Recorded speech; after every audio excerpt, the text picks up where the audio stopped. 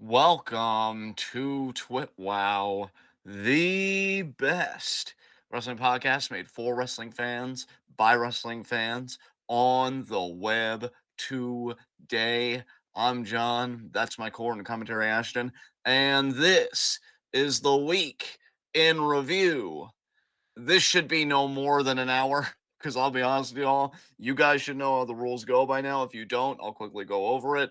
When we have a week in review on a pay-per-view week, we usually don't talk about the Raw or SmackDown of that week, so we're not going to here. We've both just completely noped out emotionally, psychically, every which way of AEW, so we won't be talking about any of that this week. Literally, all there is to talk about are any residual Chamber thoughts and NXT. And really, as far as Chamber goes, I feel like even a lot of the thoughts, more developed that I would give were already kind of given in live reactions. I thought the booking decisions, as far as like setting up WrestleMania, particularly in the men's chamber, were very interesting. I think LA Knight is very lucky to be getting to work with AJ for Mania because, again, AJ is one of those guys that can get a great match out of anybody. Like, I still to this day say that he gave Jinder Mahal his best matches when Jinder Mahal was in his main event run. And I guess I would put Knight slightly above Mahal. So if AJ could do that for Mahal, I feel like he could do something similar for LA Knight, kind of get him to that next level, maybe going into the new wrestling season of 2024 post Mania. Logan Paul and Randy Orton, though, that set me. I did not have that on my bingo card. Logan Paul being the reason Randy Orton would lose the chamber to Drew McIntyre. So the undercard of Mania, I'm still very underwhelmed, to be quite honest. I think still the big selling point to me is Io Bailey, whoever Gunther defends the title against, which I'm still kind of have a sliver of a hope for Braun Breaker, but I've all but abandoned it. And yeah, I think yeah, Io Bailey, Gunther, and oh yeah, Sammy. If Sammy can get in the world title picture, and really just DM Hunk, because even if Sammy doesn't get in it, I've been loving Drew. So I think those are the three big things pulling me for Mania. I can't say anything that happened on the show got me more hyped for Mania. How do you feel, man? Did this move the needle for you at all? Just the chamber event, or and particularly the men's chamber and what they're kind of laying up there. I would say just like having it locked and just having it set in stone that Drew is going to be Seth's opponent at Mania does get me a little bit more excited at least. Yeah, that makes sense. Other than that though, I think the only other thing that happened that got me a modicum more excited is both tag team champions retaining. So we kind of know now that Priest and Balor are going to be defending their titles at Mania, and we know that Kabuki Warriors are at least going to still be champions at least going into this coming SmackDown on Friday. It Yes, wouldn't surprise yes. me if we got an announcement at some point this week that that was going to be for the championships. Yeah, that would be interesting. I mean, Because they couldn't because announce that ahead of time because it would have spoiled the result of the retention on the show today. So, like, they weren't going to yeah, announce that that match was for the titles. Now that we know that Kabuki Warriors are still champions, they can go ahead and announce, okay, Bailey and Dakota are going to be challenging for the titles on Friday. And they can still do the exact same angle because obviously Kabuki Warriors are either going to lose by DQ, retaining the titles regardless, or just win because Dakota turns on Bailey and no DQ happens and the Kabuki Warriors just win. So either yeah, way, like the Kabuki Warriors aren't losing the titles, so you can have them defend the titles, and it's another defense to pad out their reign, and it makes them look good, and it adds to the story. So like that's really cool. And then it also continues to build towards Bailey Io, which is also good. And I'm very excited to see. I'm really hoping that the Kabuki Warriors do get to defend those tag titles at Mania, not just on the kickoff. bro. At this point in time, now keep in mind, I'm not saying this because I want it to happen. I actually quite hate it. I'm saying this because I believe it'll happen. But at this point in time, I really am thinking that it's going to be Kabuki Warriors versus Zoe and Shayna at Mania. That's what I've got dialed in right now, at That's least. a reasonable prediction, unfortunately. Yeah. Yeah, I mean, because they haven't lost as a tag team. They did really well in the Battle Royal, and they were one of the few teams in fucking Battle Royal history that stayed together all the way fucking through. Didn't do that halfway betrayal like BS. Um, so they're really trying to like push the idea of like, yeah, they're a legitimate team, and why do that unless you're going to take it all the way for those titles? I would Um, love it if we could get like a multiple woman or a multiple team title defense for the Kabuki Warriors. Maybe even a gauntlet would be cool, Yeah, that would be cool. Yeah, I'd be down like for that. tag team turmoil kind of thing. Yeah, yeah. But yeah, if it is going to be a simple tag team match 2-on-2, I think you're definitely right that that's the most likely outcome. Yeah, man. Other than that, though, like I know, again, we've been having more conversational weekend reviews, much to the betterment, I think, of the program and for our own sanity. But there's not really many conversational threads I can think to have with you about Chamber. It's like you said the night before. These were very predictable outcomes. I think the only discussions that were going to be extracted were from the booking to get to those outcomes. And again, I feel like a lot of those discussions were already had within the context of live reactions. So I normally don't like handing the ball to you these days, just because again, our conversational format's more organic, just kind of happens more naturally. But I will just say, because I don't want to monopolize it, is there anything lingering for you that you did want to talk about? I don't think that there's anything as far as Elimination Chamber itself that I want to talk about. So I think that the best thing we could do is just move on to NXT.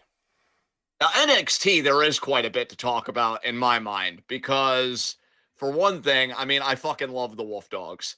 The idea that Naturally. they have the idea that they have found something that has made me actually care about Baron Corbin that I haven't done since Down Bad Corbin is amazing.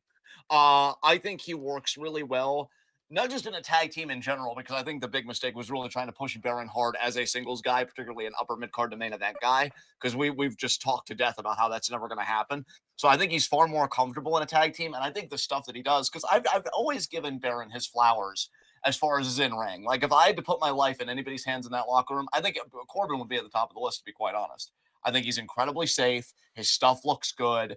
In ring, he's always been very well rounded. It's just everything else that sucks. So because in a tag team, I think that can shine a lot more. This has really worked, and I think for Braun, it's great because he's never been a tag team champion on NXT. Being in a tag team means you only have to work half a match, so he's using up less of his bump cards, and then he can focus on that main roster and that main roster money. Mm. Which I mean, again, we're The not match on talking about. Friday. We can talk about the Yeah, match on Friday because it's not like Braun was on the pay per view. yeah, exactly. Like, yeah, he demolished Dante Chen, best spear in the fucking business. Suck it, Goldberg. The gif of him running the ropes is going viral. As it should. Dude's a fucking beast. The dude's insane. He's an anomaly of human fucking nature, and I love it. And I just love though that like as a heel, he was serious. Like, oh, I'm the badass. Like, what was it? Worse than evil or whatever he used to have like on his singlet. And like here with Baron, it's like he's with one of his buddies. It's like they won Like a the frat. the yeah, like it's like they won the college bowl on the football team or whatever, and that's just a party all the time. I'm amazed they didn't share a drink out of the Dusty Cup trophy. That would have been amazing. It's got that Shit, if frat boy Rhea energy. Ripley and Grayson Waller can drink out of their shoes, why can't Braun and Baron drink out of the cup? Yeah, yeah, and like I really like the energy that Baron is bringing out of Braun, like in this tag team, because he's more relaxed. And I think relaxed Braun is the Braun that's going to make the most money. Because I think if you try and go a Ryback route with him and have him be a heel where it's like, oh, I'm vicious, I beat people up, like he's believable. I believe in Braun's ability to do that, but it's not magnetic. It doesn't attract me even in a heel way, like Roman Reigns does, for instance, which is why I hate that Cody will probably be the one to do it. Because yes, I did want Roman to get his comeuppance, just not from him. So yeah, like this Braun, I think is my favorite Braun. He's relaxed without losing any of the legitimacy. So they're just talking about their win and everything, and it's great. And then you've got fucking Chase U. That's been an interesting angle because I always want to call it JCU because JC Jane bailed them out. Um, they come out and they're like, oh, we were promised a title shot from Tony and Stacks, and we're coming to collect, even though you guys are the champions. And then Frazier and Axiom, which God, that team has such dork energy to me. They came out and they're Anything that like, Nathan Frazier touches has dork energy.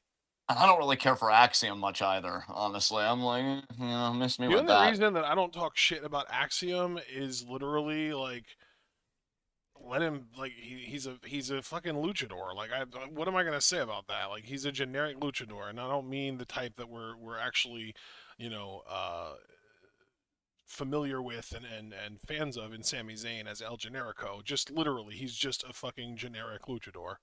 Yeah, like he veils face. That's already the concession. What Yeah. more is there to say when you've already Although, conceded? isn't Um, he's that's a kid, right? I believe so. I believe so. But yeah, Yeah, they it is. yeah. That's a kid, which means he's a Spaniard, which Uh, means which means that oh, I don't know if I like the dynamic there cuz yeah, I mean Lucha Libre comes from Mexico, who was colonized by Spain. bro, pro wrestling ain't thinking too deep about it. I don't think we should either. Um, yeah, they kind of talk their trash, and Fraser and Axiom are like, we deserve the next title shot. Ava comes out. She's like, okay, I'm gonna make a number one contenders match. Um, with you two teams, and the winner will face Wolf Dogs for the NXT Tag Team titles. Cool. So, I'm really liking that. I do think the Wolf Dogs bring a lot to the tag team division. So I definitely approve of what they're doing. I just hope that they get more quality competition. I will say to kind of skip ahead to the show, but still like tie it back. We know Tony and Stacks were the former champions. I think they're getting ready to make Tony more of a serious main event guy on NXT based on the Dude, vignette I'm they did telling this you, I week. think he is actually going to end up being the one that challenges Ilya at Stand and Deliver. I You know what? You might be right, just because you know what, they really might just want to do the fucking blood feud of Carmelo and Trick at Yup. Stand and Deliver. Yup. I think that does, it's so conflicting for me because I've actually liked Tony D from his very first match when you and I were like in NXT, still doing formal TWitWoW reviews and stuff. I've never stopped liking Tony. I don't even mind with them experimenting with him with a main event run. Look, once you experiment with Jinder Mahal, I think everything is fair game to me. Just on different levels. I know NXT is different from Raw or SmackDown, but just the general principle of, whoever you want to put in the main event scene, go nuts. Might as fucking well, right? I don't give a shit anymore. But and I do like Tony, and it could be interesting. But man, I feel like that does Trick kind of dirty, man. Like I feel like he's so ready for that crowning moment, and I don't want them to miss the boat. But granted, he is so hot right now. I don't think they will if they have him deal with Carmelo first. It's just I don't know. I would have liked to have seen him beat Ilya at Stand and Deliver and just really begin his era on NXT. But they might want to wait a little bit longer. But Tony versus Ilya, narratively, I'm it's got my attention. Like I'm listening. But yeah, I really like the vignette they did. Tony apologizing to the family, saying, what are we doing? Because it's almost like he didn't come out and say like this stuff with OTM and everything that we've been doing is beneath us, but he heavily gestured at it. It's Yeah. like, what are we doing? And you know what? I liked it. I liked it because yeah, when you've definitively won the feud, and in my mind, they definitively won the feud with OTM because I know Riz lost to Parker in that singles matchup, but I mean, come on, that was like a nothing burger in the grand scheme of things. The family did win that feud, and if I'm Tony, I'm like, okay, I'm two-time NXT Tag Team Champions with Stacks. I've done the tag division, like, but I'm the Don, right? And shouldn't the Don have a lot more power than just a tag division, which he has to share with another guy? Even though I have so much love and respect for this guy, like let's go Goodfellas with this. You see, that's what I want because I love mob movies and I love mob culture. If you're gonna feud with Ilya, do some gangster shit. Do some Goodfellas shit. That's what I want. And don't make it hokey either. I'd like it if they took it a bit seriously. Like fuck. They just took Ilya out the kneecaps and now they're putting him in a trunk. Where the hell are they taking him? And then maybe Stacks screws up a mission, but Tony just silently seeds about it. And then he makes Stacks seem like he's going to get made, but he pulls a Pesci and instead he got dead. Like, do the fucking thing, man. I could be psyched about that if they really did it. But I think Ilya is such a goober and he takes himself so seriously that I don't know if he would want to do that. He'd be like, no, that make me look too weak. I don't Uh, know if that would work because Tony D is a babyface right now. yeah, but I don't. And And you're Ilya, I right. will say, Yeah, Ilya is kind of like dangling the heel carrot in front of our faces. Like he's kind of just a dick who's willing to accept privilege and just accept like opportunities as they present themselves and seize on that kind of shit like with completely shamelessly, you know what I mean? But like he's not leaning into heel. Like he's not a full blown heel yet. Like he's just kind of I don't know. It's hard to. He's very tweenerish right now. Yeah, see, and it's funny that you feel that way because, like, I understand it, but, like, for me in that Tony vignette, he came off like he was ready to become more heel because I think he's ready to take things to another level, and, like, he wants the family to be big, and as far as Ilya goes, that could have been an interesting idea, but the moment Carmelo attacked him the way that he did, and the way that Ilya is kind of making the story as far as his personal involvement, not just the idea that I'm the champion, but the idea that my name came out of your mouth in a lie and you tried to slander me. It's like they're doubling down on him being like this principled babyface. So I could easily see them reverting Tony back to being a heel. I don't think it'd be that much of a leap I for the feud. wish that we had like a really menacing top heel as champion right now, because you could tell a really amazing story with Tony D where he uses these really horrifying, like body horror, like torturous tactics on the champion, on the heel champion, and it would be like, oh my god, the crowd would be like, oh my god, finally this heel champion piece of shit is finally getting the comeuppance that he's deserved all this time. And it's like one of the most cathartic moments in wrestling, and then Tony finally beats him because obviously the dude would be just so worn down from whatever the fuck Tony does to him, that by the time the match comes, it's a foregone conclusion the dude doesn't have a chance, right? But then Yeah. like Tony D's champion, and he doesn't change his ways. Like he doesn't start wrestling honorably. He's still Tony D. He's still this fucking mob boss. So now all of a sudden he's doing the same tactics, but it starts to be against people that the crowd likes more and more.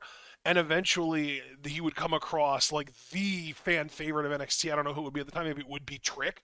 And Yeah. Tony D is doing all of these horrible, despicable things that he did originally to the top heel that everyone was cheering him for, but now he's doing it to Trick, and everyone fucking hates him for it. And like, it would give that baby face, and in this scenario it would be Trick, the opportunity to really show off their acting chops, because it would be like them being able to show the struggle and get that sympathy from the crowd. And it would be a second huge cathartic moment when they finally do beat Tony D for the title. Like you could literally build so much around that character, between him getting built up to beat the heel champion, becoming the top heel himself, and then getting dethroned by the underdog babyface. It would be incredible, but they can't because that's not who the champion is. Yeah, yeah, I definitely am picking up everything you're laying down, though, man. I will say though, one person that isn't confused about their alignment or where they want to go or how they're going to get there, Roxanne Perez and this new Ooh. aggressive attitude. I mean, you know what, man? I'm so glad that I went back and I actually watched NXT because I missed it originally on the first airing on Tuesday. And then you know me, usually if I miss something, it takes a lot of motivation and effort for like, hey, John, you want to watch this?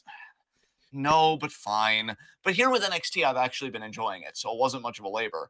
And when I watched Ren Sinclair versus Roxanne Perez, at first I'm like, when I thought that Roxanne was just going to win with the Pop Rocks, I was getting ready to low key kind of shit on this match because she spends so much of it working on the arm of Ren. And I'm like, okay, but you did that, but it didn't even play into the finish. And then she doesn't pin her off Pop Rock. She gets her in a vicious looking crossface. And I'm like, oh, you know what? I kind of fucks with this actually. Um, and yeah, I don't know, man. I like the idea that like Roxanne is a heel. I would like if they kept her this way, and I can't even necessarily call her a heel. It still feels a bit tweenerish in a way, It's but it's very leaning heel AJ heavy. Lee, isn't it? Like it's less, oh, she's a heel, and it's more, oh, she's a woman who's standing up for herself. Yeah, because like I love the energy she has here because it reminds me very much of Daniel Bryan when he was going after the bloodline Right. and he just told Paul Heyman straight up, like, I'm ready to reclaim the title I had before CM Punk, and that's the best damn wrestler in the world. And he started, that was like one of my favorite Bryans, one of my favorite iterations of Bryan is just this guy that's like, wait a minute, I'm a really, really good fucking wrestler. Why am I taking this shit from everyone else? Yeah. Like, he had this great moment in the steel cage match with Jey Uso where Jay actually gets to the ropes, but like it's no DQ. And maybe the old Brian would have let go out of the spirit of competition, but he keeps it locked in until Jay taps out. It's one of my favorite moments from that run because I'm like, damn, he really doesn't give a fuck? And yeah, Roxanne has that similar energy to me. It's like she's standing up for herself. She's aggressive, but like she's also a really, really good fucking wrestler, and she They should knows it. give Roxanne a moment like that. They should give Roxanne a moment where like someone else backstage, maybe even Gigi, because like Gigi was the first one when Roxanne punched right in the face to be like, "What the hell's wrong with you?" So Yeah, maybe we get Roxanne versus Gigi, but like Gigi tries to like stand up for the female locker room and steps to Roxanne, and we do randomly out of nowhere get a no DQ step, and that the kind of we get that kind of finish.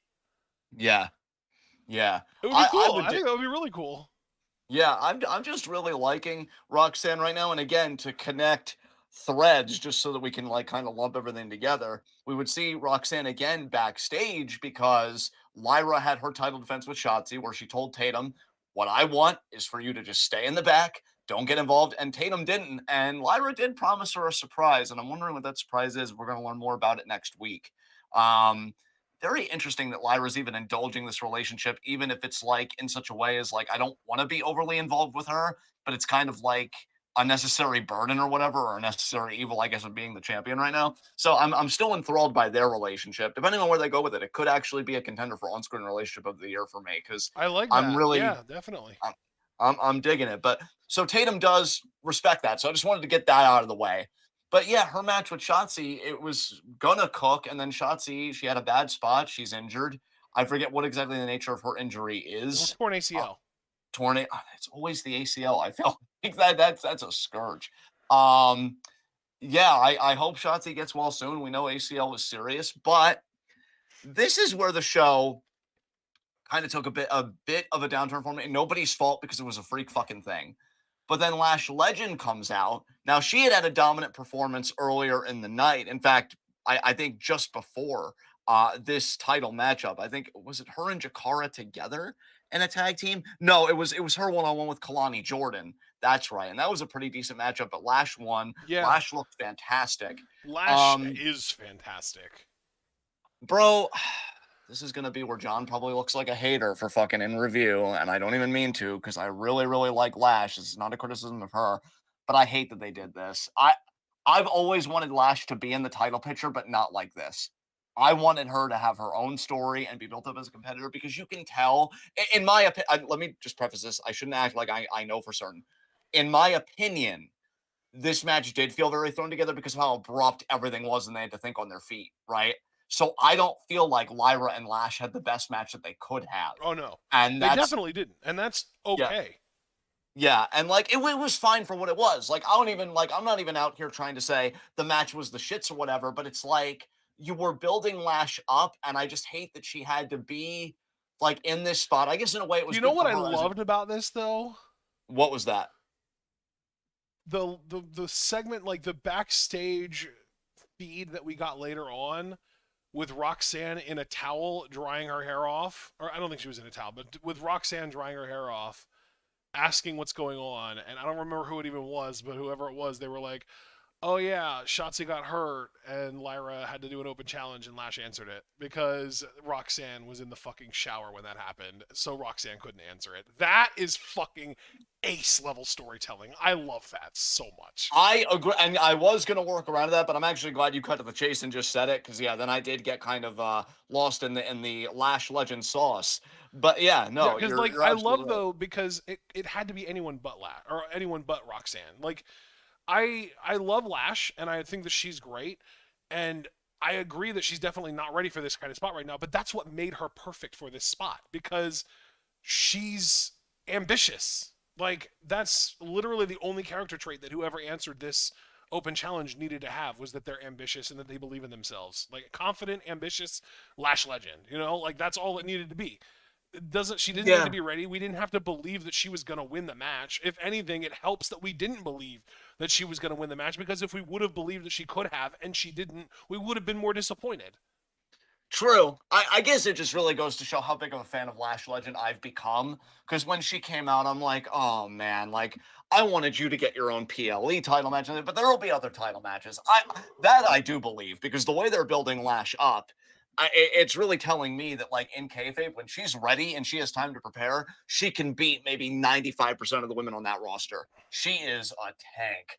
I love her. Big fan. So yeah, I guess I was just like, man, I didn't want your first big title match to be like this. But at the same time, what I was getting ready to say, and then I'm glad that you did bring up Roxanne, because that's originally what we were talking about, is that like as a person, I mean, this had to score some points for Lash, because it's like, oh wow, we can depend on you in these situations, and you did great, because the match for what it was fine.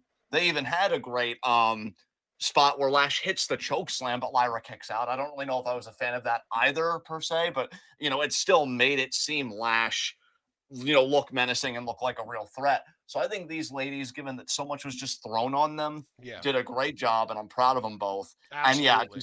just to circle back to the story beat, I agree with you that Roxanne backstage thing, perfection, because that's the whole thing. I just want a one-on-one match with fucking Lyra Valkyria, and I keep getting screwed, Without dude. Tatum I'm Paxley getting involved, without without Tatum Paxley, fucking Love Ice cashing it, like she can't get it. dude. I'm telling you, I don't know, because the NXT crowd just sucks. But we keep talking about alignments and this and that. This is another story where if you really wanted to do a double turn, I believe you could.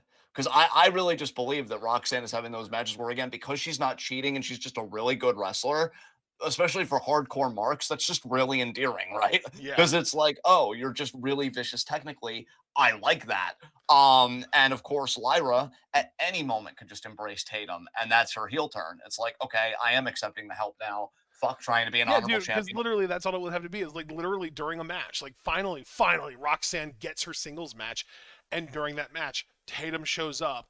Lyra goes up to her like, "What the hell are you doing?" And then she turns around, sees Roxanne, turns back around, sees Tatum, and says, "Okay, hand me the steel knucks or the brass knucks, I mean, or the steel chair or whatever help Tatum is offering." Lyra accepts it, uses it to retain. Crowd hates her for it.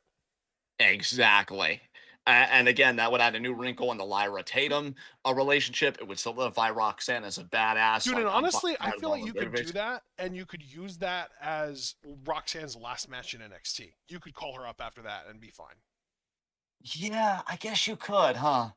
She's Yeah. already done it. She's held the title. She doesn't need to hold it again. It would be a cool story if she could hold it again, but she doesn't need to hold it again. Yeah, I think that resonates. I think I agree with that ultimately.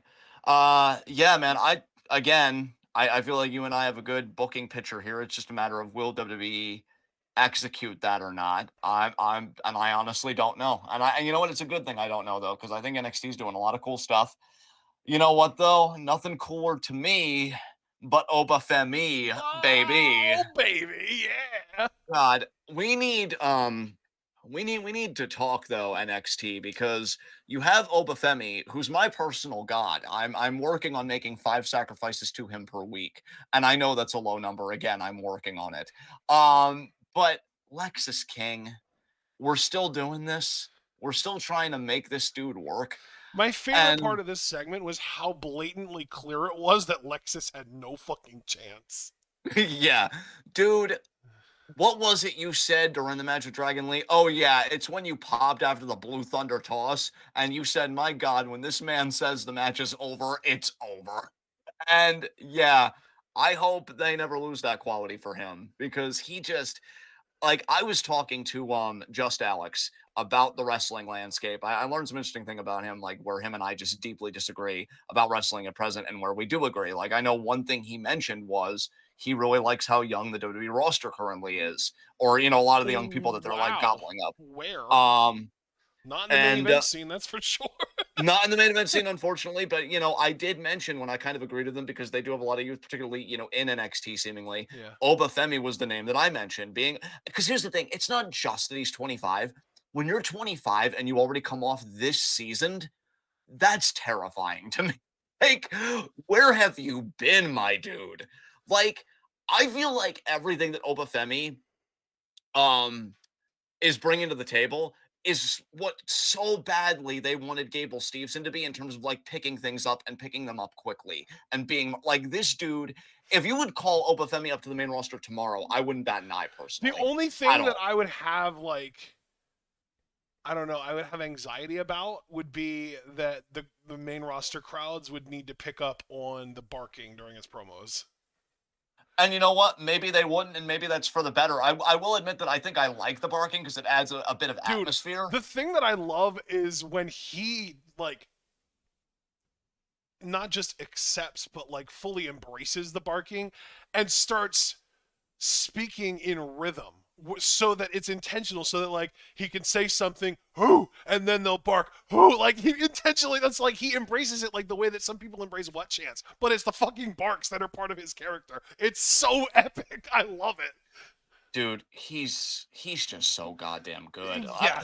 I Like it's kind of incredible because again, like I just mentioned, embracing the what chance and like speaking in certain tones so that, or in certain rhythms so that the crowd can what you, and it actually plays into your promo, makes it better rather than being a detriment to it. Obafemi has figured out how to do that already with the barks and managed to turn the crowd doing something that could otherwise be annoying into a fucking benefit. That's some vet shit, like you mentioned. Like he's picked up on this so quick, it's insane. the biggest compliment I gave Obafemi just in relation to the broader company that he's working in, and I don't like the idea of competing with your peers when you're making one product, but we know how cutthroat WWE is. Like, this is Braun Breaker's biggest competition to me is Obafemi for that top block because he's just so magnetic Dude, and Braun, he's so I likable. love Braun, but dude, Obafemi at this point, I'm seeing him as Roman Reigns' biggest competition. Possibly, possibly. I'm Because not. I mean, I think think. about it. Yeah. If somebody was already watching WWE consistently and they were only watching main roster, Raw, SmackDown, whatever, they're not looking at this Braun Breaker guy and seeing a threat to Roman Reigns. But if Obafemi showed up on an episode of SmackDown and they brushed shoulders, and the person was a Roman Reigns fan, they would be scared. Hmm. I definitely agree with you. They would be scared about all. I don't know about like just completely being that dismissive of Braun personally, but I mean Oba, he's packing that heat. There's no doubt Can I about also just that. say I love the way that he walks to the tone, like to the rhythm of his theme song when he's doing his entrance? And I love his. They should not change that theme song. No. Like God, theme It's, songs suck right now, but that is really good. That is really how good. did they how is everything about this dude just right now? It's incredible. I compared him to like what they wish Gable Steveson was. Another person that I could say, honestly, even though he's still with the fucking company, Karrion Cross, because they've given Obafemi some cool stuff, but he's really been able to make it his own shit Yeah. and add to it from his natural charisma. And he can go in the ring as a big dude. It's Like, funny you were gonna fuck. say, carrying cross, because when you were building up to like I could say, I was thinking you were gonna say Omas. I feel like dude is everything they wanted Omas to be. Yeah, that's true too. Amos is another great one, and I Because don't I even even like dislike Amos. Omas. He seems like a really Yeah, cool guy and a great character, but like this guy has so much going for him, and like that's the thing too, is like Omas is also just a completely different animal as far as like Omas is like this 7-foot giant attraction, whereas like I think I've actually made this comparison before. Omas is the Big Show to Obafemi's Batista. Like yeah. this guy isn't like the attraction that people will pay money just to feast their eyes on the weirdness of his fucking stature. This is somebody that people will pay money to see because he's a star. Yeah. I mean, dude, here's the thing. Kofi Kingston really broke the dam of like black male wrestlers in WWE being able to be in that main event tier and being world champion. Bobby Lashley, with all due respect to Kofi, I think added a veneer of legitimacy to it because look at Lashley. And then Obafemi's going to be the one to run the ball all the way down the fucking field. Like this is going to be the fucking dude. Like, if you're a black wrestling fan and you're like, okay, WWE's been doing better the last couple of years. Now you want more than the world title. You want somebody that looks like you or comes from where you come from to be the fucking guy. And Oba To Femi is your best be, shot to yeah, do that. exactly. To be that like Roman Reigns level universal champion type guy. Yeah, absolutely. That's Yeah. Oba. Yeah, that's the next step. You got the world titles. Again, Kofi opened the door. Lashley, ran through it and kicked it off its hinges to make it easier for other people because again, he added that veneer of legitimacy to it. And I like Bobby enough, and it was solid.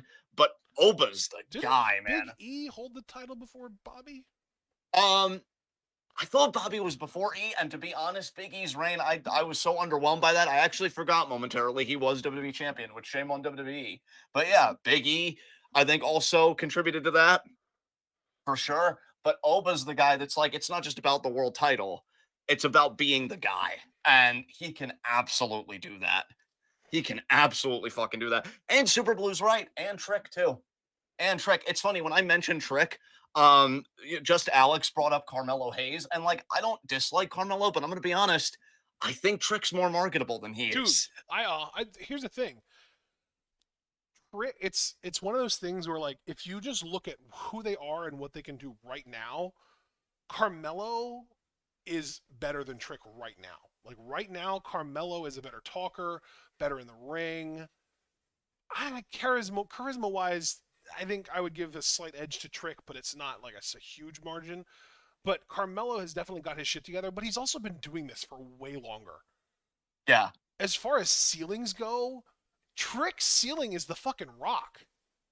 Yeah. Carmelo's Yeah. ceiling, I mean, Carmelo's ceiling is what, like Danielson maybe? Yeah. Possibly. Yeah. Absolutely. It's going to be a very interesting next decade for sure when you look at these guys because there is a lot of fucking promise there and it's hard not to get excited about it. Like, I'm excited about it. And I feel like I was telling just Alex in the conversation, like, I do feel like I have one foot out the door with a lot of wrestling fandom because you and I talk so much about how the culture and just the dominant wrestling philosophy we're just not oriented in that. You know, we look at so many matches and it's like nobody seems to know how to sell anymore and this and that. But when you just look at the talent, when you abstract everything else away and you just look at the talent that's getting ready to be a part of this business and is a part of this business, it's hard not to get excited. And Obafemi, like, yeah, he retained against Lexus King. I don't like that they had Robert Stone like get involved. Like, I understand why he did it. I understand the story that they're doing right now, but it's fucking Obafemi. He doesn't need somebody to run in even for a distraction. Um, and Lexus thought he was being cute, you know, because he was trying to work over the arm of Oba, and oh, look at him picking him apart. But nah, like this dude is fucking Galactus. He could swallow that whole roster and not think twice. Uh, like fuck y'all. Like no, I'm like even the people I like, even Braun. I'm like Braun, watch yourself. Like no, this dude's too legit to quit. And I look forward to his first world title run the same way I'm looking forward to Braun's on the main roster. Yeah. And I Um, also do want to just bring this up. So I remembered Big E dropping the title to Lesnar and then Lashley being the one that beat Lesnar for that title. But what I didn't remember was that Big E, in the first place, beat Lashley for the title. yes, So Lashley exactly. actually held the title twice in a very short span. Lashley held the title for I think like 6 months actually, and then Big E beat him for it, and then Lesnar beat Big E, and then Lashley beat Lesnar, and then Lesnar beat Lashley, and then Roman beat Lesnar. So that was the whole thing there. Yeah. It's exciting. Look, for a company that's been so like racially insensitive to literally every other ethnic group that isn't like Caucasian, And it's Samoan. really and Samoan. Yes, that's very true. It's it's heartening to see this. It really is, and now it's just a matter of how it's all going to play out. But Before we move on to any other segments, I do want to talk about something that was brought up earlier that I forgot to bring up earlier when I looked it up. So apparently, the reason that ACL injuries are so common is because the ACL is not designed like physically on the human body. It is not designed to endure as much strain as professional athletes put on it. okay, that makes So sense. Yeah. basically, ACLs are just a flaw of human anatomy, and they tear easier than a lot of other ligaments because they just aren't designed to withstand the kind of strain that pro athletes put on them, whether it is stuff like jumping or cutting, bending, that kind of stuff. And yeah, it's just a weenie of a ligament apparently that just can't handle that kind of strain, and it's the most likely one to tear. So that's why they're so common. Hashtag weenie ligament. Yeah. Yeah. I you know, and now maybe this is where the show takes a turn for the weird because the one thing I actually was a bit excited to talk about, and I can't believe these words are coming out of my Oh mouth. my god. Briggs and Jensen, man, I think I'm Oh. warming up to Brooks Jensen. I do. Oh. I think yeah, that's what I was kind of building up to. You know, it was a solid match. I enjoyed it. I like the grittiness of it at the very end. You know, Briggs is kind of bleeding and he's saying, you know, I'm doing this for you. I'm doing this for you. The first lariat, he should have pinned him off of that. I didn't care much for the follow up lariat afterwards. The first one looked devastating. I'm like, that's it. But then Jensen, in like a WWE.com exclusive, he cuts this promo about how, like, you know, it's just, it's funny. You know, you grow up and this is all you wanted to do. And you get to do it and you get to do it with your best friends. And then one day you wake up, you look around and you see that you're all alone. And I've got some decisions to make. And I'm listening to him speak and I'm looking at his look because he looks like a guy straight out of the territories with his current Dude, look. I was gonna say, I was literally about to do this whole bit about like, oh hey John, I need to confess something. I try really hard to be anti-racist and anti, you know, all these other isses, but I have prejudice. I am incapable of liking white men with mullets. You know what? And that's fair. That's fair. I just, to me, dude, and look, I know I have my own problems. I mean, God, if we devoted a whole podcast episode to documenting those, we'd be here all day. And I know none of us are interested in that. But I'm listening to him speak and I'm seeing his look straight out of the territories, and I'm like, you know, I see more of a Dusty Rhodes quality in this dude than in his own fucking kid. Cause like, you know, I just see this guy that can lose everything, and all he has is his pair of boots, and he laces them up and he goes to the ring and he does business. Now, do I think Jensen needs polish? Absolutely. That's why he's still on NXT Level Up working matches, which I kind of want to pay more attention to because I know that there are some prospects working there that people like Cliff and others are excited about. But I like him. I like him. I think there's an upside there. I really do. And I don't know how far that upside could go. Like if we're talking about a babyface that would just get that one-off NXT title match that he loses, if they would want to put the North American title on him one of these days, if maybe him and Briggs would reunite, which I think would be a step back for both characters. Um, and you know, win the tag titles again. I don't know, but I like the match. I liked how physical it was. I do like Briggs. I just, man, I don't know where they really go with him and what he's gonna do. But yeah, I actually like the match more than I thought I would. And so yeah, I did just kind of want to share that on my side of things because that was kind of the surprise of the week for me going back and watching NXT was how much I responded to that match and particularly to Jensen and kind of his backstage exclusive promo after the show. But yeah, and God, and then the only other thing I could think about as far as NXT is fucking Gacy and Dijak and that whole fucking program. Dude, do you know when I watched this, I was actually tempted to put this as a candidate for my worst feud of the year, but I didn't only because I need to see the feud fully play out. But I hate this Dude, fucking shit, man. I only posted a grand total of I think 3 comments during NXT this week, and one of them was where is it? Joe Gacy is the cringest motherfucker, I swear to God. Yeah. Just we've talked about Gacy to death. No need to beat a dead horse. God knows he probably would because he's crazy and it's his idea of fun. But like, fuck you, He is literally just male Nikki Cross, no? yeah, he is. And like I said, like if you want this kind of crazy to work, you need an environment where you could take full advantage of it. And that's why I realized I like Marty the Moth so much more than Joe Gacy. Because when you have Marty be this kind of crazy, guess what? You can actually do things with it, like have him kill people or stalk women, which is like a natural progression if you're going to be that kind of over crazy in a cinematic setting. But no, because you're a sanitized product, and I don't mind a sanitized product, but you know, you've got to have enough But imagination to know what you compensate. are, right? Like have Yeah, awareness about yourself. exactly. Like, oh man, a straitjacket because he's like it's like Christ, you know, like fuck. Like, you know, my grandmother used to be worried about me because I was such a huge fan of the Hannibal Lecter books and stuff like that. You know what made him so great? Because this guy, and no, it's not just that he eats people, right? I'm not trying to meme. I'm being serious. It's not just that he eats people. This is a dignified dude that's a psychologist that helps other people, that likes classical music and the opera. You would never guess in a million years that this dude has this fucking dark ass evil predilection for human flesh. That's crazy. You don't see him babbling and like having a KFC bucket full of human parts and like chilling. Like, Widening get a his fucking grip. eyes and wearing that big Cheshire Cat smile. Yeah, exactly. Like, oh, Clarice, you're looking oh, delicious. What the fuck? Like, And the take a one time he fucking art actually class. did do the whole fava beans and a nice Chianti thing, that was literally meant to be him making fun of her idea and her caricature of what he should be. Exactly.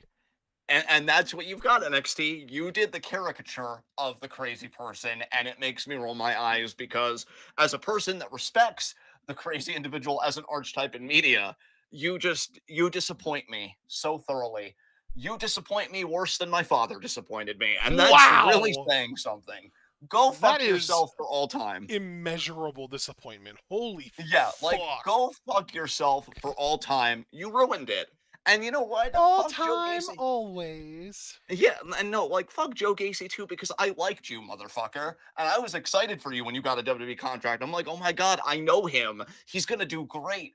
You, no, I was wrong, and normally Bro, I'm okay Joe with being Gacy wrong, has had 2 different gimmicks and they've both been ass. dude. Actually, no, Dude, I take that back. He's had 3 different gimmicks and they've all 3 been ass. he is one guy, unironically, and I know this is like fucking bizarre coming from me when I've been the one that won't shut the fuck up about. But I like characters. But I like characters. He's unironically one of the few guys that would benefit from just being a wrestler. That's it. Like, because I Okay, think the but moment then you he do a would just character, be the worse, smaller Kevin Owens. yes, yes. God, I love Kevin Owens. Fuck. Really disappointed that he lost today, but that's my cross to bear, and I'll deal with it later. Oh, I'm But sorry you had to, experience that. But no, I'm glad you brought him up because Kevin Kevin doesn't even necessarily have a character, but you know what he is? He's just a really fucking compelling human being. I think Because Kevin's yeah, character, I mean, he still kind of clings to that prize fighter stuff, but really I think his character is just tough son of a bitch because that really is like his whole gimmick is just you can't keep him down and that's been consistent for years now. Even going back to that 2020 Royal Rumble against or 2021 I think it was, the Royal Rumble match against Roman Reigns, the last man standing match, like the whole gimmick going into that was that Roman could do literally nothing to keep Kevin Owens down and that has reigned true even until this recent match against Logan Paul, where Logan Paul's one lucky punch that he even knocked Roman Reigns the fuck out with couldn't keep Kevin Owens down for a 3 count. yeah, can't keep anything down. And then Paul Heyman laughs in botched handcuffs. You piece of shit. But yeah, yeah, but no, I'm glad that we're having this discussion because again, like I don't like even when it is Charlotte and people I don't want to come on here and just shit on people because we're all human beings and we all go through shit and all that usual bullshit. But Also, like, we're not Vince goddamn, McMahon. yeah, that also, yeah, Jesus Christ.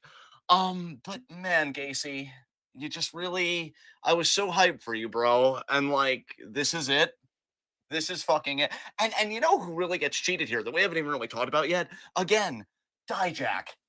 Dijak, who's this really, really talented, at the very least, a really talented in-ring guy. I don't even necessarily mind him as a promo or as I a like character. I his actually kind of find him character fun. too. The Terminator thing works for him. He It does. wrestles like a fucking Terminator, man. It does. And you could have had one of the most badass gimmicks ever, like Ryback done right from beginning to end, and you're wasting him on this fucking bullshit. Like, I hate it. See, the I did. Ryback character was flawed from the beginning, though, because they were trying to do a Terminator gimmick, but at the same time, they were trying to do a hungry gimmick, and everyone knows the Terminator doesn't fucking eat. Yeah, and plus, like, not to make fun of like Ryback's body or anything. I'm not trying to body shame, but when you look at like the body type, Dijak has the perfect body type for that kind of Terminator gimmick with the fucking black jacket and the sun. It's like, yeah, yeah, I mean, I can readily fucking believe it. Ryback was just, Ryback was fucking jacked all to hell. Like Yeah, Ryback was legitimately built closer to a Goldberg, whereas yeah, Dijak is more of like a lean muscle kind of guy. and I think it works though. And oh, God, poor Dijak, man. Like, I really like him. And again, the only reason I didn't add this to my worst feud of the year list is one, it's not over, which I actually gotta should say, count against it, before if you anything else. continue, I find this fucking comment from Super Blue hilarious. How did NXT just let Dijak kidnap Joe?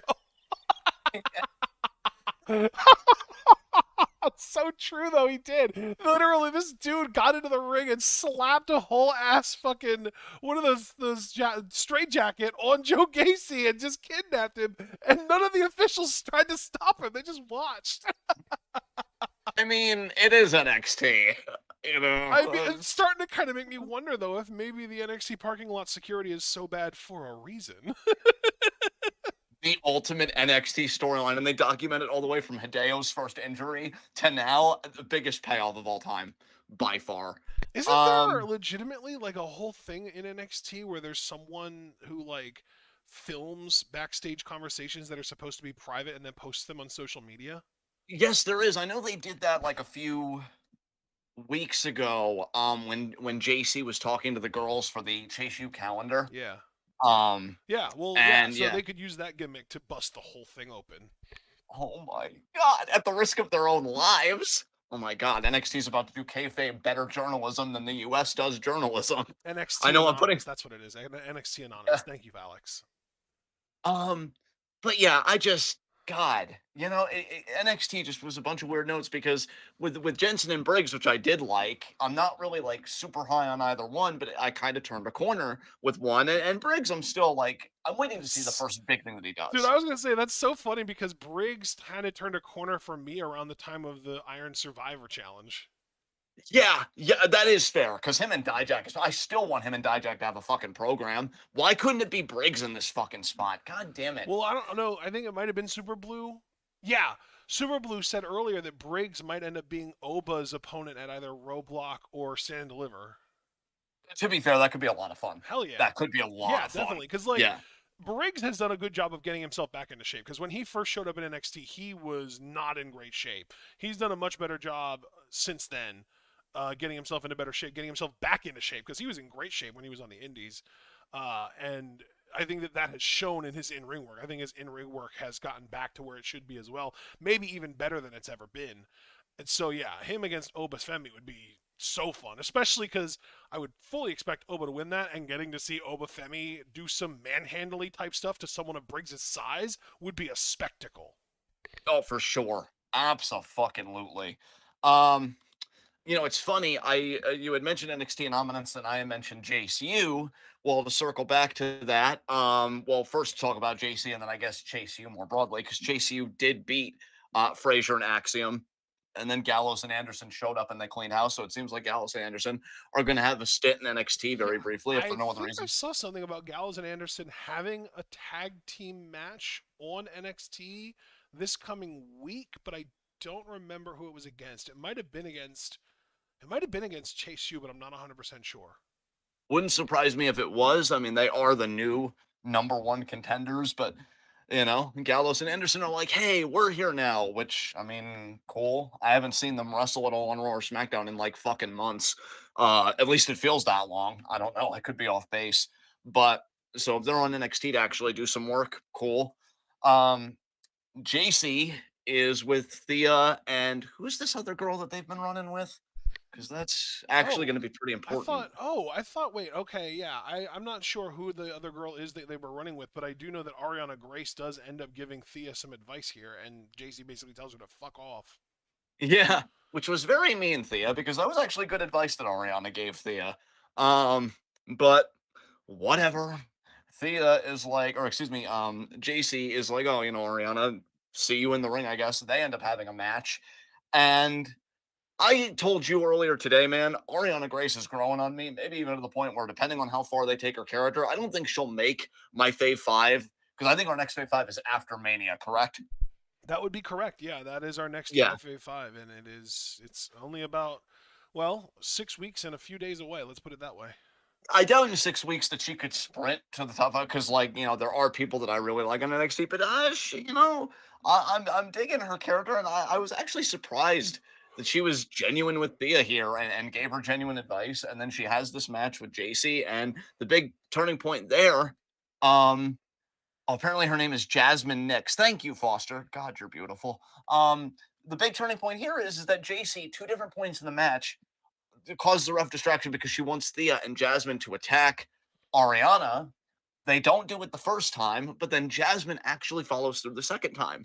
And it's like, oh shit. Jasmine's trying to cozy up more to JC, and when Thea goes to like raise her arm, Jasmine pushes her out of the way, and she's like, "No, mine," and she does it, and it's like, oh my god, she's encroaching on that turf.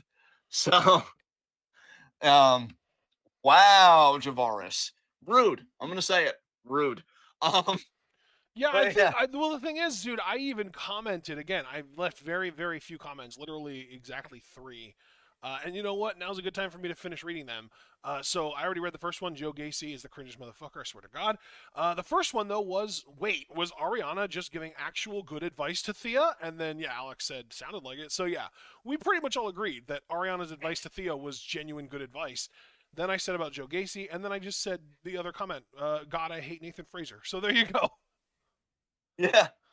Um, so interesting that Thea could be getting ready to, I don't know, maybe become a different kind of baby face because then she's backstage with Fallon Henley, who I thought was going to turn heel because I had that whole brain fart in the Discord. And once again, I'm wrong. Being wrong is kind of my thing on this show, guys. So whatever I say, probably believe the opposite because Fallon goes back to, being more of a baby face, giving advice to Thea and a sympathetic ear. They kind of walk out together, and then Vic Joseph is like, now that is a locker room leader. I didn't ask you. Dude, Vic Shut up. Joseph is one of the worst things about NXT. Bro, you know what else is one of the worst things just in existence? Unsolicited opinions. And he just gave one. And it just, no, no. Nobody asked you, Joseph. And yes, I agree. You know, one of these days he's going to be on Raw or SmackDown. That's going to make either show take a hit for me. God, I miss Tom Phillips. And yes, yes, I know he's on TNA, but I don't know. I love you, Tom, but it's going to take a lot more than that.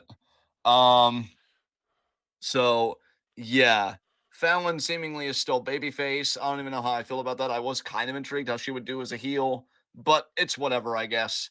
And really, I don't know what Thea does because clearly JC's going to betray her, but also clearly Thea's been frustrated with Andre Chase ever since he threw in the towel in her match against Tiffany Stratton for the NXT Women's title all that time ago. Right. I don't think they've ever really been right since then. So does she just formally graduate from Chase U and leave? Does she reconcile with Chase and, of course, with Riley, and get on good terms with Well, him? she Who, definitely wants to get with Riley. She's clearly interested in him. They've got like a whole story going on there where she and he are both very much into each other, but they're both too fucking awkward to make a move. yeah. Which, like, honestly, relatable. Wow. I have just been attacked in the chat, and I just want to address that very quickly, because I had joked that I'm usually wrong, and then Super Blue felt the need to chime in, especially when you're talking about LA Knight. So let me just say it here, just like I said it in there, just to double down. No, Oh. no, and ew, I feel like I need to take a chemical bath after that. So See, this is what happens when you admit fault, John. you know what? You're so right. I'm never gonna admit fault about anything again. Thank you for making me more toxic, Super Blue. This is on you. Um, so beyond At that, least I not really, on the air. yeah, sure. Let's see. Let's see. I think that's it, bro. I think we talked about like everything Holy shit. important. Did we do it? Are we done? I think we're essentially done. Yeah. Yeah, I can't really think Holy of anything else like Cooperino. important. So yeah, did you do any extracurricular this week? What do you think? Dude, I just have to ask, okay? Like I know, but I'd rather like know and still be polite and ask than just be presumptuous and potentially take time away from you. So, no. I didn't either. So, with that said, with that said, oh, thank you, Foster. See, Foster knows how to massage my ego while being honest at the same time. John being wrong is acceptable when he has that face. I fucking love Whoa, you. whoa, whoa. And You rushed through that and you know it. He didn't say when he has that face. He said when he has that face. yes, yes, you know what? You're right. You're right. He did say that. Foster, we don't hug enough and we don't make enough cinnamon rolls together, so I need all of that to be, and we don't watch enough anime together. We So, need to like, all get together and do that. yes, but I also need to just do it with you on my own first, Foster. This way we can just have our tag team time and just Bro. perfect our bro hug. So yeah, and then everybody else can come too. One of these weeks or months, we need to start organizing a TwitWoW meetup, and we need to have it be in like a fire hall, and we need to have it be in one that has multiple ovens in it so that we can have some ovens occupied with shrinky dinks and other ovens occupied with cinnamon rolls. Are you trying to make this an NSFW podcast? Because holy fucking shit, what you're doing to me right I'm, now. I'm, we need to make it happen, man. It has to be a thing. But in that spirit, Foster, I fucking love you. And a quick little New Japan comment from Foster. He said, I watched New Beginning. Yuya Uemura and Yota Tsuji are going to be fucking you. You're damn right, son. And we're watching that match on Tuesday.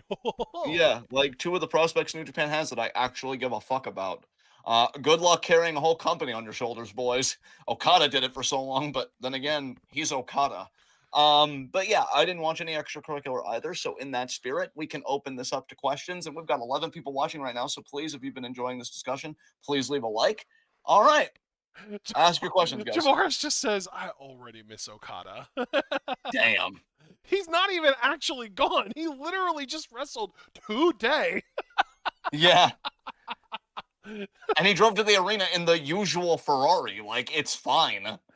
All right, so Caster Sales opening.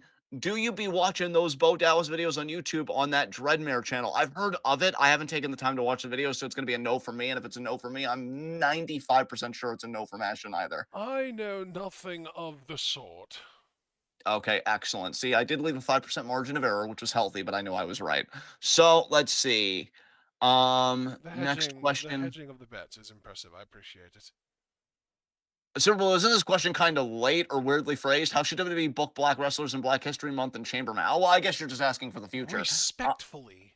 Yeah, respectfully. Better than they did today. Naomi got done the dirtiest, by far, in my opinion. I mean, that was... Naomi, wow. Yeah, Naomi got bitched out hard.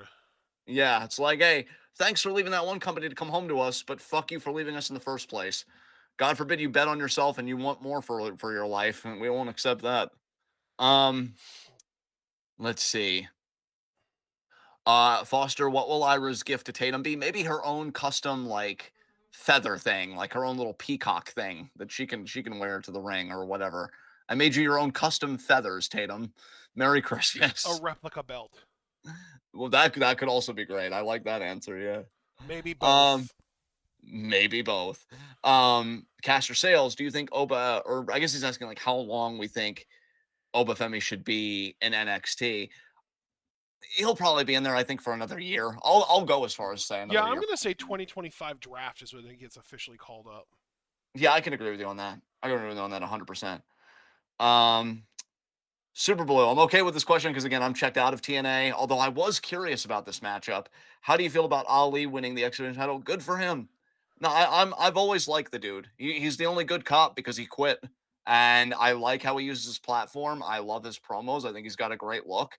And kudos to TNA for at least using him and like utilizing him. So I'm happy for him. Good shit. Yeah, John, name all of the championships that Ali held between NXT and main roster WWE. He didn't win any, right? Correct. Yeah, damn. Jesus Christ. Not a single fucking one. And now he's in TNA for not even a month, and they immediately give him the second most prestigious title in their company. Thank Christ someone knows what to do with this man. Yeah, I just can't believe it wasn't on my bingo card that it would be fucking TNA wrestling. Well, the reason it wasn't on your bingo card is because no one expected him to settle for that low. Yeah. Yeah. Oh, God. Meanwhile, though, this is a match that we're not going to be reacting to, thank Christ. But meanwhile, though, I have to tell you this. Dolph Ziggler won the title in New Japan. How do you put a title on a man who literally has meth in his last name? Because that's clearly what you must be smoking to think that that booking decision is acceptable. Jesus. Is that how we're going to say Christ. it from now on? Rather than Nick Nemeth, it's going to be Nick Nemeth? Yes. Nice. Nemeth. Hell, it even sounds a bit classier. You're welcome, Dolphin. Fuck you. Oh, Sir Nicholas Nemeth. Yeah. Now just make it. See, now I gotta listen to the cleaning song when we go off the air. Fuck. Now it's in my head. All right. Next. Jafaris, the gift should be a restraining order. I love that. That's amazing. I hope it is. She just opens the box and like Fucking Tatum sees this leaflet of papers and she's like, Lyra, how did you find my fanfic? Wait a minute. This isn't my fan fiction of us together. This is a restraining order. You're pushing me away? Yeah. She sees the box, and she unwraps it and she opens it and she starts reading it and it's just like, you are hereby ordered on behalf of the court of it. Wait a minute, what is this? It'd be so fucking good. Lyra gives Tatum a TWitWoW shirt. God, Foster, you're so fucking pure. Jesus Christ, I love you. Why do you make me have hope? Super Blue asked before that. Oh God, it's a Ric Flair question. Why do you do this to me, Super Blue? Do you think Ric Flair will manage the Young Bucks after talking with them on Dynamite? Jesus Christ, I hope not. I The Young hope Bucks. so. That would be hilarious. Just mix all the toxic bullshit together. Oh my God, who even are you? I Um, don't watch. I'm not gonna get this. I'm not gonna have to see it. I'm not gonna have to suffer through it. Fuck it. my God, that's so deranged. I actually respect it, but I'm a little horrified of it. I don't have to deal with the consequences. Blow it all up. Hey, Jesus. I mean, fuck, it's their fault. They're the ones that went into a contract with Ric Flair in the first place. God, you're so wrong. Like, that's actually menacing. How you can ask them that? Like, I wish Dom was here to be taking notes. See, you can get away with the most evil thing so long as you remind them that they set the conditions in the first place for the evil to happen. Then you wash your hands completely of any and all accountability. Genius. All Mm, right. yes. Let, let's see. Misfit. Welcome, Misfit. Stardom is streaming the whole is this different from the Utsunomiya tournament Uts showing. Utsunomiya? Does that mean Cinderella or is that a different tournament? What's going on? I have I no don't. clue. Maybe Misfit should elaborate. Yeah, I'd appreciate some elaboration actually. And also that's not a question, it was more a comment. So, but I am glad that I still took a pause because anything that Stardom does, especially with It what also might be doesn't really coming. matter because you aren't going to be doing the AM live shows anyway. Yeah, that's true because I'm still in the extra room right now, Oh, apparently it's and we'll. happening right now. Oh wow. Well, we're missing that, I guess. Plus, we've really gotten comfortable just doing the recap shows on Thursdays. I quite like them, honestly. Yeah, I I feel like mean, I'm not once you get back punishment. into your room, I would like for us to put some effort into doing the live stuff if we can. Sure. But like for now, this is definitely a comfort zone for sure. Yeah, absolutely. No, I don't mind doing live shows when I'm in a comfortable arena. In fact, I honestly prefer it. If I was in my room, I would have liked doing chamber like this morning because you and I were up late anyway. I would have liked to have gotten it over with. Yeah. But yeah, like absolutely. Um, but yeah. Super Blue, what LA Knight should do after he loses to AJ Styles at WrestleMania 40 is retire. Yeah, he should just fuck off and maybe have that last feud be again with the stick in his ass that you vehemently deny is up there, but we see him move, bruh. Like it's a pretty open and shut case. Um, So yeah, I think what he'll do when he loses to Allen and those fucking slacks, which how dare you think that LA Knight can stand up to those slacks, is yeah, just fuck off forever, never win a world title, and then we can all laugh at him for it. I know I will. All right, any other questions? Let's see. Okay, I'm gonna say no more questions. So let's move on to high spots and low shots. My low shot. You know what? My low shot is LA Knight. Yes. Because he got eliminated by a guy that wasn't Wasn't even in even the in the fucking match. match Yeah, yeah. because the referees left the chamber door open too long. So way to lose your dream of world title at WrestleMania because of incompetent refereeing and just authority. Oh, Uh, it oh. couldn't happen to a nicer guy, you fucking asswad. You had a really, really satisfying low shot, so I'm really sorry for this, but my low shot is Jey Uso for obvious reasons. Don't apologize to me. Apologize to Foster, who's been nothing but loving to us the whole time. Apologize to him right now. I'm sorry, Alex. There you go. That was that. You know what? That was. I actually heard the pain in your voice to have to do it. So I believe you. Yeah. Yeah. Um, I'm just gonna continue. High spots, Allen. I mean, those fucking Oh slacks. my god, you left it so open. This dude shattered his flat Earth ideology because he hated a man so much. He's like, fine, I'll fly. Okay, I'll embrace the circumference of the Earth because I hate this motherfucker. So yeah, Allen's my high spot because man, he was one of the best parts of that pay per view. Just seeing him wail with that chair on LA Knight's back. I still haven't rewatched it, but I'm probably gonna watch it a few times on tomorrow on my time off. It's gonna be just absolutely fucking wonderful. So yeah, who is your high spot? The man who defeated Chodius on Monday took the broomstick to a no contest on Friday, eliminated the broomstick today, and then won the Elimination Chamber to stamp his ticket to WrestleMania. DM Hunk.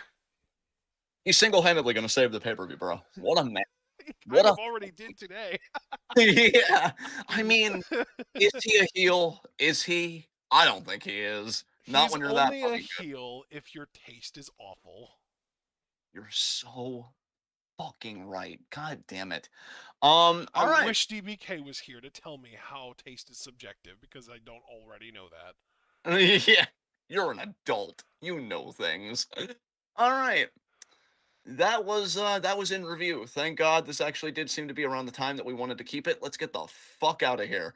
Thank you guys very much for joining us. Please leave a like as you file out if you haven't already. Subscribe, click the bell icon notifications so you don't miss any of that TWitWoW goodness. Check out everything we're involved in the description box. Follow us on Twitter and Twitch because we are the best wrestling podcast in all the IWC. And we will see you. It's actually I gotta remember now. We'll see you Tuesday, right? This coming Tuesday for Chiefin's TWitWoW request live. Um is that going to be at 5? Yes, it is. Okay, yeah, we're doing new beginning match reactions. Let me just look at what Curtis had here because it wasn't that long ago that he messaged. No, I think I actually overshot it. There we It go. was Uh, Danielson, Zack Sabre Jr., Mayu Mina, the hair versus hair match, and then there was one other match I forget. Okada versus Tanahashi, I see from new beginning in Osaka, unless he took that That's off. that's why I forgot because I really didn't understand why we would be reacting to that. But whatever, we're doing it. Yeah, so that's 12 Request Live on Tuesday. Then Wednesday is another 12 Request Live. Craig wanted us No to way do out. No Way Out 2004. That'll be at 5 as well on Wednesday. So Tuesday and Wednesday at 5, it's a double Twitter request live. And then Thursday it's Stardom Recap at 7. And then, Wait, yeah, like, hang on. Did you just say double?